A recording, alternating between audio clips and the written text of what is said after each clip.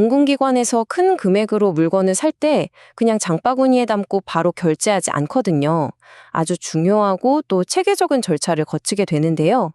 오늘은 바로 그 핵심, 다수공급자 계약 2단계 경쟁에 대해서 속 시원하게 알려드리겠습니다. 공공사업에 참여한다면 이건 정말 필수적으로 알아야 하는 내용이죠. 자, 이 숫자부터 한번 볼까요? 5억 원. 이게 왜 중요하냐면요. 조달청 나라장터 종합쇼핑몰에서 뭔가를 사려고 하는데 그 금액이 딱 5억 원을 넘는 순간 일반적인 구매 방식이 아니라 바로 이 특별한 경쟁 절차가 시작되기 때문입니다. 이게 그냥 서류 작업 늘리려고 만든 복잡한 과정이 아니고요. 아주 중요한 목표가 있습니다. 바로 대규모 공공예산을 투명하게 사용하고 또 가장 좋은 가치를 제공하는 최적의 공급업체를 공정하게 찾아내기 위한 시스템인 거죠. 그래서 오늘 우리가 이 여정을 쭉 따라가 볼 텐데요. 크게 5단계로 나눠볼 수 있어요. 첫 번째, 아주 중요한 결정을 내리는 것부터 시작해서요. 공고를 등록하고 진행 상황을 관리하고 가장 까다롭다고 할 수 있는 평가 단계를 거쳐서 마침내 최종 업체를 선정하는 것까지 하나씩 따라와 보시죠. 자, 그럼 첫 단계부터 한번 제대로 파고 들어볼까요? 이 모든 과정이 사실은 딱 한 번의 중요한 선택에서 시작됩니다. 5억 원이 넘는 물건을 사려고 딱 누르면 바로 이 팝업창이 뜹니다. 여기서 이제 어느 길로 갈지 정해야 하는 거죠. 근데 이 선택에 따라서 앞으로의 모든 과정이 완전히 달라지기 때문에 정말 중요해요.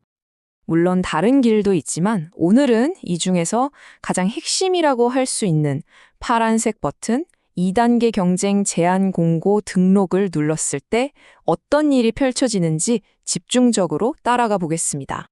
좋습니다. 이제 본격적으로 서류 작업을 시작해볼 시간이죠.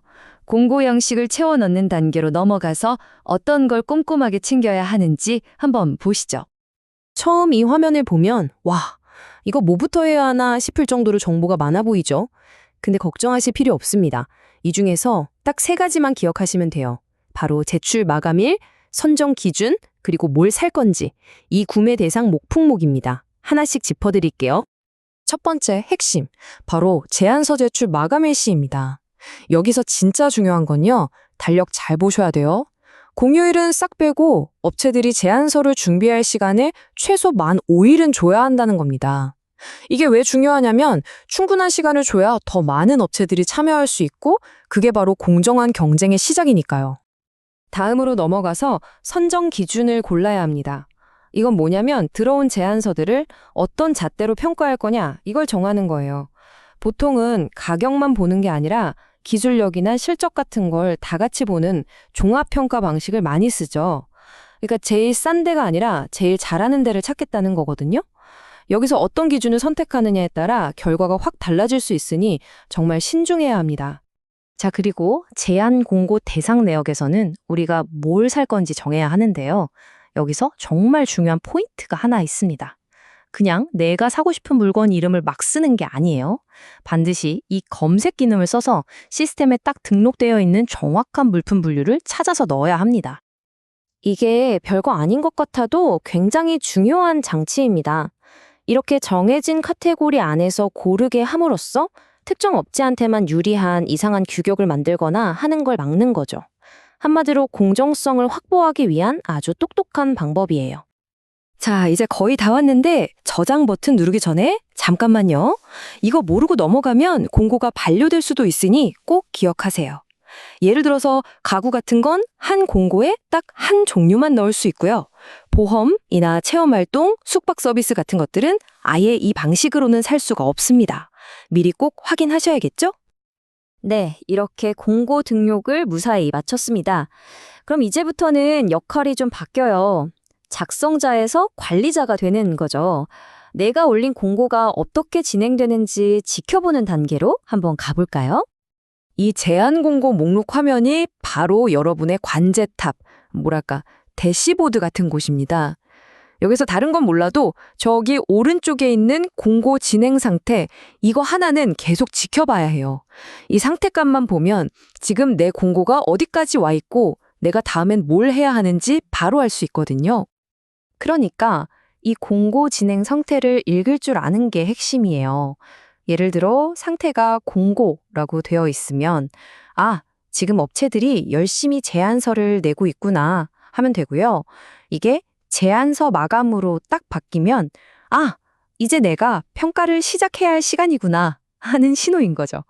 마치 다음에 어디로 가야 할지 알려주는 나침반 같아요. 자, 이제 이 전체 과정에서 어쩌면 가장 복잡하고 또 가장 중요한 단계로 들어섭니다. 바로 업체들이 제출한 제안서들을 하나하나 평가하는 시간입니다. 평가 과정이 그냥 점수 매기고 끝. 이게 아니에요.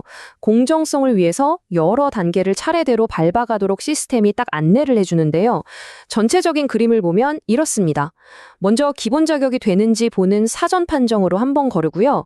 서류를 열어서 규격이 맞는지 꼼꼼히 보고 암호화된 파일을 푸는 과정을 거쳐서 마지막에 최종 점수를 매기고 업체를 선정하게 되는 거죠. 평가 화면으로 탁 들어오면 제일 먼저 저 위에 있는 진행 상태 바, 저게 눈에 들어올 겁니다.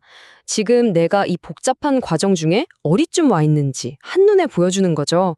그 첫 번째 관문이 바로 이 제안업체 사전 판정입니다. 사전 판정이 뭐냐면요. 쉽게 말해 1차 필터링이에요. 우리가 공고에 내걸었던 아주 기본적인 조건들조차 못 맞춘 제안서들을 여기서 걸러내는 겁니다. 그래서 각 업체마다 규격 적합이냐, 규격 부적합이냐 판정을 내리는데 여기서 부적합을 받으면 아쉽지만 더 이상 평가를 받을 기회가 없어지는 거죠. 그렇게 1차 필터링을 통과한 제안서들을 대상으로 이제는 더 깊이 들어가 봅니다. 바로 제안 규격 검토 단계인데요. 이때는 실제로 업체들이 낸 제안서 파일을 열어볼 수 있어요. 그리고 제안한 제품의 세부 사양 하나하나가 우리가 요구했던 조건과 정확히 들어맞는지 기술적으로 아주 꼼꼼하게 뜯어보는 과정입니다. 자, 이렇게 꽤나 까다로운 평가의 관문을 모두 통과하고 나면 드디어 마지막 단계입니다. 최종 공급업체를 선정하는 일만 남았죠. 모든 평가가 끝나면 시스템이 알아서 점수를 쫙 합산해서 순위를 매겨줍니다. 그럼 우리는 그 결과를 보고 최종적으로 납품할 업체를 공식 선정하기만 하면 되는 거죠. 이걸로 투명하고 공정한 경쟁을 통해 최고의 파트너를 찾는 긴 여정이 드디어 막을 내리게 됩니다. 어떠신가요? 이 체계적인 절차? 처음엔 좀 복잡해 보였을 수도 있지만 결국엔 수억 원의 공공 예산이 투명하고 효율적으로 쓰이도록 지켜주는 아주 중요한 장치라는 걸 알 수 있죠. 이 길을 제대로 이해하고 따라가기만 한다면 복잡하게만 느껴졌던 조달 업무가 더 이상 골치 아픈 장애물이 아니라 공공의 가치를 실현하는 아주 든든한 지도가 되어줄 겁니다.